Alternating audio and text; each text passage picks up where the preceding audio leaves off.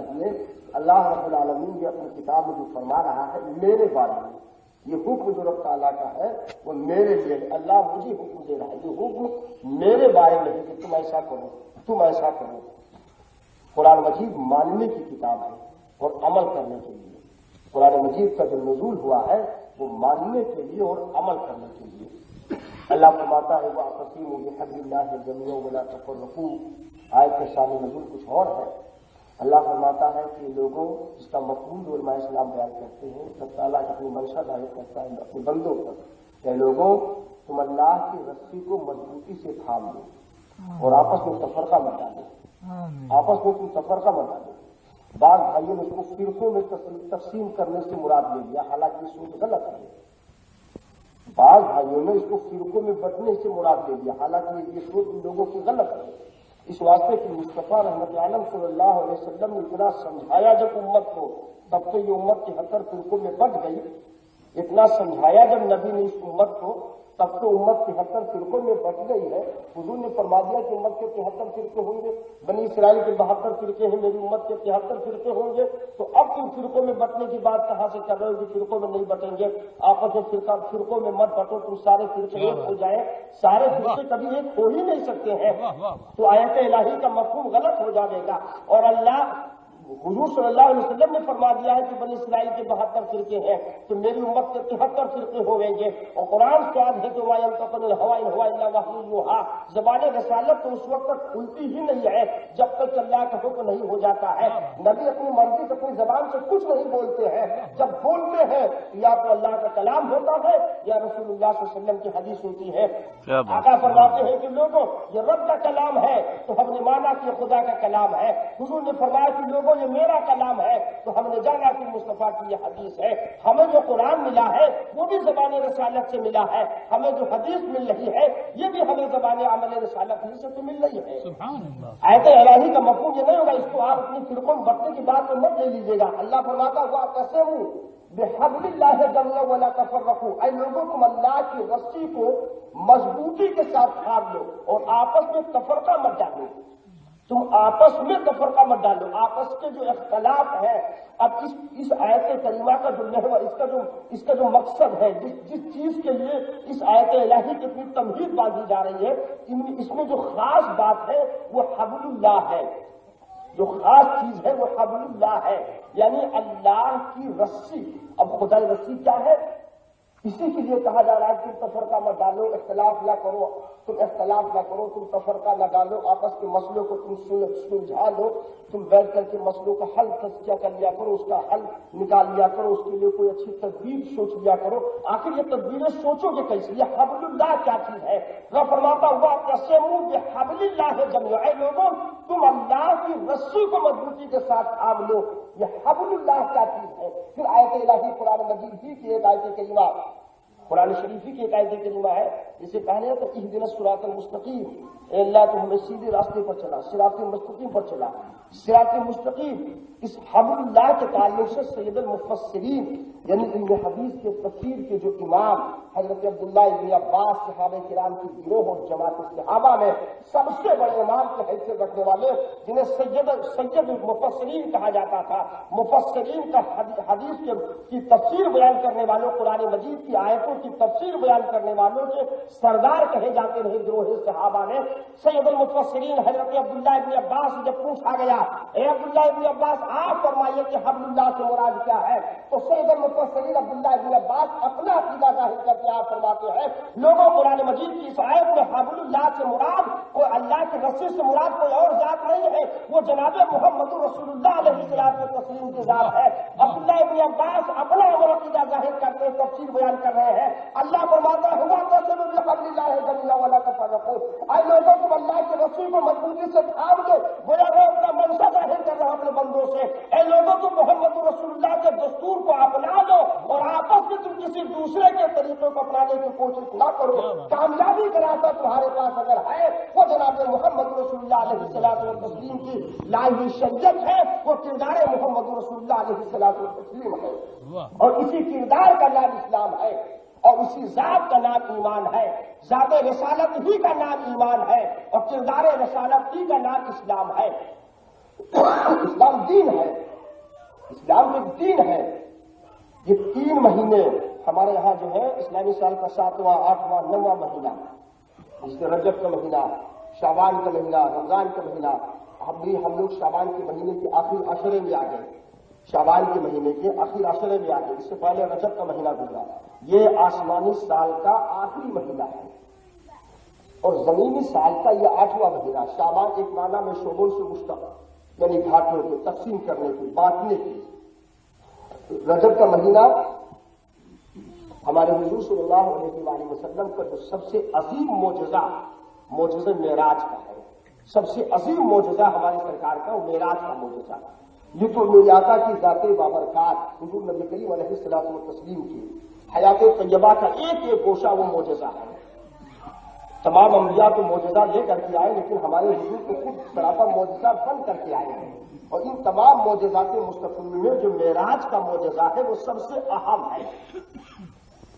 اب معراج کا واقعہ جو بیان ہوتا ہے، واقعہ معراج کی تفصیل نہیں، بس میں اس پر ایک بات عرض کیے دیتا ہوں آپ سے کہ معراج حضور صلی اللہ علیہ وسلم ارشاد فرماتے ہیں قرآن شریف کی جو آیت کریمہ جس میں اللہ تعالیٰ نے ذکر فرمایا ہے سیر کرنے کا، تفریح کرنے کا، کہ سبحان الذی اسری بعبده لیلا من المسجد الحرام الى المسجد الاقصى الذي باركنا حوله لنريه من آیاتنا انه هو السمیع البصیر۔ پاک ہے وہ ذات جس نے سیر کرائی اپنے بندے خاص کو رات کے تھوڑے سے حصے میں مسجد حرام سے مسجد اقصی تک۔ حضور صلی اللہ علیہ وسلم واقع معراج کے بارے میں تفصیل یہ بھی آیا ہے کہ آپ صلی اللہ علیہ وسلم اس مکان میں رہانے کے گھر جو آرام فرماتی جبریل امین براق کی سواری لے کر کے آئے، اور اس کے بعد آپ کو اٹھایا، اپنی کافری پیشانی نبی کے پایا دست کے اوپر رکھا، کندھے پر رکھا۔ اب اندازہ لگا اپنے آقا کی عظمت کا، جبریل جیسا مقرب بارگاہ الہی فرشتہ وہ اپنی پیشانی پائے اقدس محمد رسول اللہ صلی اللہ علیہ وسلم کے تلوے پر رکھے ہوئے ہیں۔ آقا بیدار ہوئے، اپنا رب کی مرضی بیان کیا کہ رب تعالیٰ کی پیغام ہو حضور آپ کو تشریف لے چکے ہیں۔ سرکار فرماتے ہیں مجھ کو وہاں سے اٹھائے مکہ حرم میں لے کے آئے، فرماتے ہیں نبی کریم صلی اللہ علیہ وسلم میرا سینہ چاک کیا گیا۔ قرآن شریف میں بھی صدر کے واقعے کی تفصیل بیان کی گئی ہے۔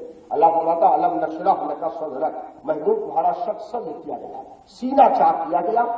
سرکار فرماتے ہیں میرا سینہ چاک کیا گیا، اندر کی چیزیں باہر نکالا اور میں دیکھ رہا تھا، اندر کی چیزیں باہر نکالا اور میں دیکھ رہا تھا۔ انہیں زمزم و تسلیم میں دھولا گیا، اور اس کے بعد ایک حیا نور ایمان کا کشف اس کو اندر انڈیل دیا گیا، اور اس کے بعد وہ چیزیں جو اس کے اندر رکھ کر کے اوپر سے ہاتھ ڈال دیا، اوپر سے ایسے رکھا اور بالکل سے ختم ہو گیا۔ ایسے رکھا ہمیں کچھ پتہ بھی نہیں چلا، اور براق پر ہمیں سوار کیا، اور پھر اس کے بعد گھاٹیوں کی وادیوں سے گزرتے ہوئے لے کے چلے آئے بیت المقدس۔ بیت المقدس میں لے کر کے آئے یروشلم فلسطین کی مسجد تھی، بیت المقدس مجھے لے کر کے چلے آئے۔ آپ اندازہ لگائیں ذات رسالت پر۔ حضور فرماتے ہیں معراج کی رات قرآن فرماتا ہے الم نشرح لک صدرک، پیغمبر محبوب تمہارا شخص صدر کیا گیا، سینہ چاک کیا گیا۔ ذات وہی ہے جناب محمد رسول اللہ صلی اللہ علیہ وسلم کی۔ سرکار فرماتے ہیں کہ شخص صدر کیا گیا، میرا سینہ چاک کیا گیا اور اندر کی چیزیں باہر نکالی گئی، اور اس کے بعد پھر وہ اندر رکھ کر کے اوپر سے ہاتھ رکھا، ایک قطرہ لہو نہیں نکلا، ایک قطرہ خون کا نہیں نکلا ہے، اور فرماتے حضور میں ہوش میں تھا، میں اسے دیکھ رہا تھا، اور وہی مکہ کے عرب کی زمین ہے، وہی ذات رسالت نبوت محمد رسول اللہ علیہ الصلوۃ والتسلیم ہے۔ جب احد کا معرکہ ہوا، جب احد کا غزوہ ہوا، جنگ ہوئی، یہ شب برات میں جو آپ دل میں فاتحہ نیاز دلاتے ہو قضا بیس کرنے کی، اگر مارکے احد نہ ہوتا، دندان مبارک شہید نہ ہوتا، تو حضرت انیس کرنی کے عشق کا چرچا کیسے ہوتا، یہ ان کے عشق کا چرچا کیسے ہوتا۔ پتھر لگا حضور صلی اللہ علیہ وسلم کے دندان مبارک، آپ کا داں شریف شہید ہو گیا، چہرے اقدس پیشانی اقدس پر زخم لگا، اس سے خون کے قطرے باہر نکلے، اور اتنا خون بہ رہا تھا، زخم لگا ہوا تھا کہ سیدہ فاطمہ کھجور کی چٹائی کو جلا کر کے اور اس کی راکھ کو بھر رہی تھی، اپنے بابا جان کے خون کو بند کرنے کے لیے راکھ رکھا جا رہا تھا۔ ذات وہی ہے جناب محمد رسول اللہ علیہ الصلوۃ والتسلیم کے، عرب کی زمین وہی ہے مکے کی، اور عرب کی زمین کے حالات ویسے ہی نظر آ رہے ہیں، وہی ذات رسالت ہے۔ معراج کی رات پورا سینہ شق ہو جائے، اندر کی چیزیں باہر نکال لی جائے اور ایک قطرہ لہو باہر نہ نکلے، اور وہی ذات رسالت ہے کہ زخم جڑا سا آ رہا ہے تو پیشانی سے بھی خون کے قطرے بہ رہے ہیں، دندان مبارک بھی شہید ہو رہا ہے، زخموں کے لحاظ سے میٹھا شریر بنا کر کے پلایا جا رہا ہے، اسی کے وقت سے ہم نے حلوے کے نیاز دینا عقیدت شروع ہوئی ہے، میٹھا شریر جان شہید ہو رہا ہے۔ آخر بشیت کے ارادے کیا ہے؟ تو منشاء رب تو رب بہتر جاننے والا ہے، اسلامیہ، تم ذرا محسوس تو کرو اپنے پیغمبر کی شان عظمت کا اندازہ تو لگائیے گا۔ مشیت کے راستے کچھ یوں رہے ہوں گے، اے محبوب معراج کی رات شک صدر ہو جائے اور ایک قطرہ لہو نہ نکلے کہ زمانہ محمد کو اپنی طرح نہ کہہ سکے، اور غزوہ احد کے موقع پر دندان مبارک کا شہید ہو جانا اور قطرے لہو کا باہر نکل آنا کہ زمانہ محمد صلی اللہ علیہ وسلم کو خدا نہ کہہ سکے، نہ انہیں خدا کہو اور نہ انہیں خدا سے جدا نہ اپنی طرح کہو۔ یہ دھوکے میں آئے محمد تو سر وحدت ہے، رنگ اس کی کوئی کیا جانے، شریعت میں بندہ ہے، حقیقت میں خدا جانے، ان کی جو مراد ہے حقیقت کی وہ رب کے سوا کوئی نہیں جاننے والا۔ ذات رسالہ حضور صلی اللہ علیہ وسلم فرماتے ہیں کہ معراج کی رات 5 قسم کی سواریوں کا استعمال فرمایا آپ نے۔ مسجد حرام سے بیت المقدس تک تو آپ براق پر سوار ہو کر کے گئے، بیت المقدس سے پہلے آسمان کے اوپر نور کی سیڑھیوں پر چڑھ کر کے گئے، اور پہلے آسمان سے 7ویں آسمان تک فرشتوں کے کاندھوں پر سوار ہو کے گئے مصطفیٰ، اور 7ویں آسمان پہ بیت المعمور پہ حضرت ابراہیم خلیل سے ملاقات ہوئی۔ بیت المعمور پر جب 7ویں آسمان کے اوپر گئے تو جبریل پر سوار ہو کے مصطفیٰ گئے، اور جب مقام سدرا پر جبریل تھک کر کے رک گئے تو آقا فرماتے ہیں کہ رفرف کی سواری آئی، اور پھر میں رفرف کی سواری پہ سوار ہو کر کے گیا۔ علماء کا بڑا اختلاف ہے سن کے بارے کی معراج کس سن میں معراج کا واقعہ پیش آیا ہے۔ اتنا ضرور ہے کہ اعلان نبوت کے بعد اور ہجرت مکہ سے پہلے، جب حضور نے مکہ سے مدینہ شریف کی ہجرت ہوئی ہے تو ہجرت سے پہلے اور اعلان نبوت کے بعد اور رجب کے مہینے میں یہ واقعہ پیش آیا ہے۔ یہ ذات رسالہ فتح خانی اور یہ جو کردار عشق کا تھا، یہ کوئی نیا، یہ تو بڑی چاہتوں کا رشتہ تو بڑا پرانا رشتہ تھا، کہیں بہت دور نہیں۔ محدث صاحب اپنا واقعہ بیان کر رہے تھے کہ ملتان میں بعد وصال اسلام میں یا جو اسلام کی جو تعلیمات کا محور ہے، ماحصل جو بیان کیا گیا ہے، ان میں عاجزی کا، عجز کا، انکساری کا اور ادب کا بہت بڑا مقام رکھا گیا ہے۔ یہی نہیں ہے کہ خالی حیات ظاہری میں پیر سامنے ہے تو اتنا ادب ہو رہا ہے، بعد وصال بھی ادب کا وہی مقام قائم رکھا جائے۔ محدث صاحب اپنا واقعہ بیان کر رہے تھے، محدث صاحب خود بتائے کہ میں گیا ملتان کی خانقاہ سے مجھے دعوت ملی، میں جب وہاں گیا وہ لوگ جس خانقاہ سے لوگوں نے مجھے مدعو کیا تھا وہ سادات، وہ لوگ بھی اپنے آپ کو سادات کہلاتے تھے۔ جب میں ان کا مہمان ہوا، جب میں وہاں پہنچا تو وہاں مجھے خبر معلوم ہوا کہ یہاں ایک مزار ہے، اور صاحب مزار کے جو عقیدت میں قریب کے مرید لوگ تھے، آپ نے ان کو وصال کے پہلے ان سے کہہ دیا تھا بعد وصال بھی ہم ان سے ملاقات کریں گے، آؤ گے قبر پر تو ہاتھ باہر نکلتا تھا قبر کے اور مصافحہ فرماتے تھے۔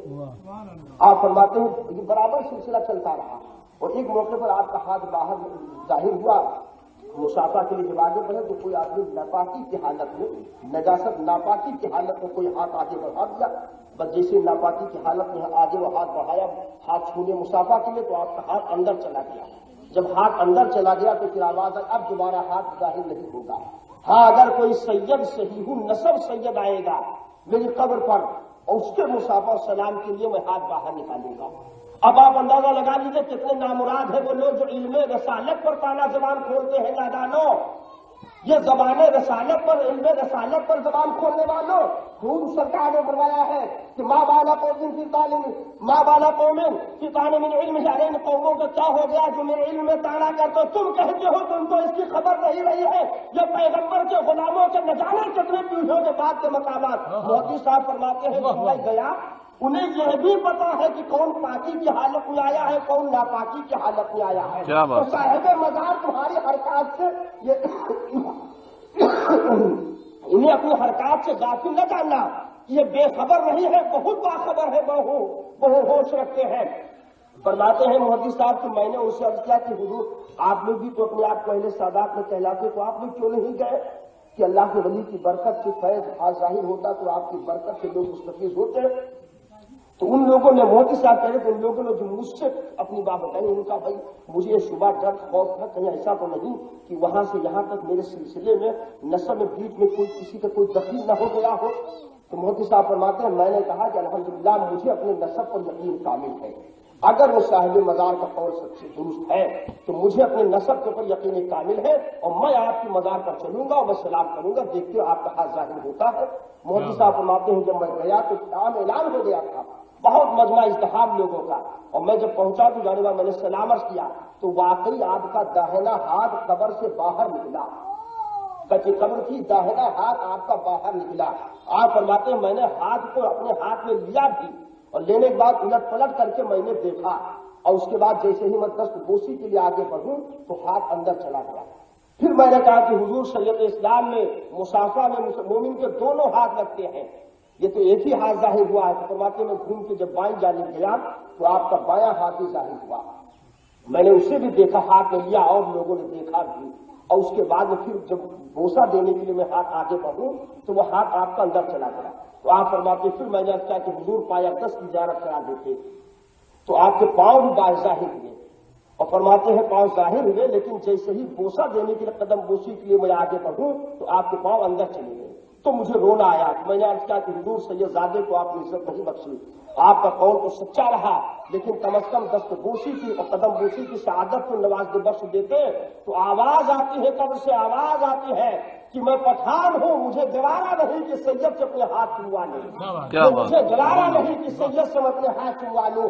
عرض کرنا چاہتا ہوں یار صدیاں گزر گئے ہیں زمانے کے بعد, آج بھی روحانیت کے تاجدار کے علم اور اختیارات اور روحانیت کا یہ عالم ہے کہ قبر پر اندر زمین کے اندر جانے کے بعد بھی ان کے تصرفات کی جیتی جاگتی عملی تصویریں آپ بھی نگاہ کے سامنے ہے. آخر جملہ میں آپ سے عرض کر دوں, روحانیت کے تاجدار کی زندگی حبل اللہ کردار مصطفیٰ صلی اللہ علیہ وسلم کے نام پہ, اور جو زندگی کردار مصطفیٰ کے سانچے میں ڈھلی ہوئی زندگی ہوگی اللہ شاہد ہے دنیا اور آخرت میں اس سے کامیاب و کامران کوئی زندگی نہیں ہوگی. اس وقت ساری دنیا میں اسلام کے خلاف ایک سازش, ایک مہم, ایک منظم سازش ہے. اخبارات الیکٹرانک میڈیا کا زمانہ ہے, کوئی چیز تو ڈھکی چھپی نہیں ہے, سب میڈیا اندر کی چیزیں باہر نکال کے لا رہے ہیں. فرانس ایک ایسا ملک ہے جہاں اسلامی تعلیمات کے سخت مخالفت, اسلام میں حجاب کا بہت بڑا مقام ہے پردے کا, لیکن فرانس ایک ایسا ملک ہے کہ صدر نے باضابطہ قانون بنا کے رکھا ہے کہ کوئی حجاب اسٹاف میں پردے کے ساتھ حجاب کے ساتھ کوئی عورت لڑکی پالے جا ہی نہیں سکتی. اگر کورٹ میں مقدمہ و فیصلے کی بھی کوئی بات آتی ہے تب بھی وہ حجاب کے معاملے میں, اگر آپ نے پردہ نقاب یعنی اسکارف باندھ رکھا ہے یا حجاب باندھ کر کے رکھا ہے تو آپ اپنی کورٹ میں اپنی عدالت کی کمرے میں آپ کو جانے سے روکا جا رہا ہے. نکولس سرکوزی کو کوئی اولاد نہیں تھی, فرانس کے صدر کی کوئی اولاد نہیں ہے, وہ لاولد تھا اور کئی عورتوں سے رشتے ہوئے, شادی ہوئے, صرف اس بنا پر کہ کوئی اولاد کوئی وارث و جانشین ہو جاتا. ابھی جو اس نے پھر دوسری شادی کیا, ابھی بعد کی جو دوسری اس نے کئی شادیوں کے بعد ایک عورت شادی کیا سرکوبا لابی سے, اس سے بھی کئی سال ہوئے شادی کے بعد لیکن کوئی اولاد نہیں تھی. دونوں میاں بیوی میں انبر رہنے لگی اور کچھ رشتوں میں جب ایسی خطاط آئی تو اس نے کہیں سنا کہ ہندوستان کے بادشاہ اکبر کی بھی کوئی اولاد نہیں تھی, تو اجمیر شریف اور خواجہ غریب نواز کی بارگاہ میں فتح پور سیکری میں خواجہ شیخ سلیم چشتی رحمۃ اللہ علیہ کی بارگاہ میں ننگے پاؤں حاضری دیا ہے. یہ دونوں پچھلے سال دسمبر کے مہینے میں فرانس کے صدر نکولس سرکوزی اور اس کی بیوی سرکوبا لابی, یہ دونوں ہندوستان آئے, میڈیا سے خبروں کو چھپا کے رکھا. دونوں ہندوستان آئے, خواجہ شیخ سلیم چشتی رحمۃ اللہ علیہ کی مزار پر ننگے پاؤں دونوں نے حاضری دیا اور 40 منٹ تک مزار شریف کے اندر گڑگڑاتے رہے, رو رو کر کے اولاد کے لیے دعائیں مانگتے رہے. صاحب سجادہ وہاں کے رئیس میاں کا بیان یہ ہے کہ رئیس میاں کہہ رہے ہیں کہ نکولس سرکوزی کی بیوی نے ہم سے کہا تھا کہ دعا کیجیے کہ ہمیں کوئی ذہین لڑکی ہو, اور صدر نے کہا تھا کہ ہمارے لیے دعا کیجیے کہ منت مانگتا ہوں, دعا کیجیے کہ کوئی لڑکا ہمیں ہو جائے جو میرے بعد میرا وارث ہو جائے. یہیں سے اکبر کو وارث و جانشین ملا ہے, تو یہی امید لے کر کے ہم یہاں آئے ہوئے ہیں. اور وہیں پر مزار شریف کی جالی میں دونوں نے منت کے دھاگے بھی اپنے باندھے ہیں. اور یہی نہیں ہے, وہاں سے الٹے قدم پیٹ نہیں کیا مزار شریف کی طرف, ننگے پاؤں الٹے قدم باہر دروازے تک آئے اور گیٹ پر کھڑے ہو کر کے دونوں رو کر کے گڑگڑا کر کے دعائیں مانگ رہے تھے. اور یہاں سے جانے کے بعد اس کی بیوی سرکوبا لابی کا بیان یہ ہے کہ تیسرے مہینہ ہمیں حمل ٹھہر گیا, تیسرا مہینہ نہیں گزرا کہ ہمیں حمل ٹھہر گیا, لیکن میں نے اپنے اس حمل کا راز اپنے شوہر اور فرانس صدر نکولس سرکوزی اپنے آدمی کو بھی نہیں بتایا. میں نے اس سے بھی اس راز کو چھپا کر کے رکھا. ہمارے ڈاکٹروں نے ہمیں مشورہ دیا تھا اس کی بیوی کا بیان ہے کہ ڈاکٹر نے ہمیں مشورہ دیا تھا کہ تمہاری عمر کو زیادہ ہو گئی ہے اور اگر ایسا ہوگا تو ہو سکتا ہے کہ حمل کی بات کہیں ضائع نہ ہو جائے، لہٰذا جب حمل کو پختہ ہو جائے تب راز کو ظاہر کرنا۔ آہستہ آہستہ جب حمل پختہ ہو گیا تب قرآن کے نکولس سرکوزی کو اس کی اطلاع دی گئی۔ جب اطلاع ملی تب یہ دونوں سے ملاقاتیں ہو گئی، میڈیا میں اس کی خبر آئی۔ آج یہ عالم ہے کہ اس کی بیوی سرکوبا جابر وہ پیرس کے ایک مسجد میں گئی اور صرف صوفیزم کی کتابوں کا مطالعہ کر رہی ہے اور خود اپنے گھر کے اندر وہ پردے میں چادر اوڑھ کر کے رہنے لگی ہے۔ میں عرض کرنا چاہتا ہوں کس مولوی کی تبلیغ کا اثر تھا، کس عالم کی دعوت کا اثر تھا، کس جماعت کی تبلیغ و دعوت کا ارشاد کا اثر رہا ہے۔ یہ روحانیت کے تاجدار ہیں، آج اپنی قبر کے اندر آرام فرما رہے ہیں اور دنیا کے اپنے عظیم پیغام کو جو اسلام کے خلاف شادی رہا ہو آج اسے اپنی بارگاہ میں بلا کر کے ننگے پیر دونوں حاضری دے رہے ہیں۔ ہوئے داتار کے افسانے سے تاشبہ مل گئے ہیں کعبے کو صنم خانے سے۔ کیا تعجب ہے، یہ روحانیت کے تاجدار ہے، یہ وہ زندگی ہے جو حبل اللہ کے ساتھے میں ڈھلی ہوئی زندگی رہی ہے، جو کردار مصطفیٰ کو اپنا کر کے زندگی گزارا ہے۔ آج ان کی بارگاہ میں نہ کسی مولوی کی دعوت و تبلیغ کا اثر پڑ رہا ہے۔ اب اس کی بیوی نے خود بیان دیا، میرے پاس اس کے اخبار اس سے موجود رہا ریکارڈ، اس نے خود بیان دیا ہے کہ میں بچے کی پیدائش کے بعد میں حاضری دوں گی اور منت کا میں نے جو دھاگا باندھا ہے ہم منت نظر کو اتاریں گے بھی جا کر کے۔ میں عرض کرنا چاہتا ہوں عزیزان ملت اسلامیہ، یہ وہ بارگاہیں ہوتی ہیں کہ حیات ہی میں نہیں بعد وصال بھی ویسے ہی فیض ملا کرتا ہے۔ شرط یہ ہے کہ عقیدت کی جبین لے کر کے ان بارگاہوں میں آپ آئیے، محبت و بھرا دل لے کر کے آئیے۔ یہ اولاد ہے تو صاحب اولاد ہو جاؤ گے، پریشان ہو تو مشکلیں آسان ہو جائیں گی، بس عقیدت کی جبین ہوئے۔ میرے مصطفیٰ کا ثانی کوئی دوسرا نہیں ہے، کسی انجمن میں ایسا کوئی آئینہ نہیں ہے۔ والسلام علی من اتبع الہدی۔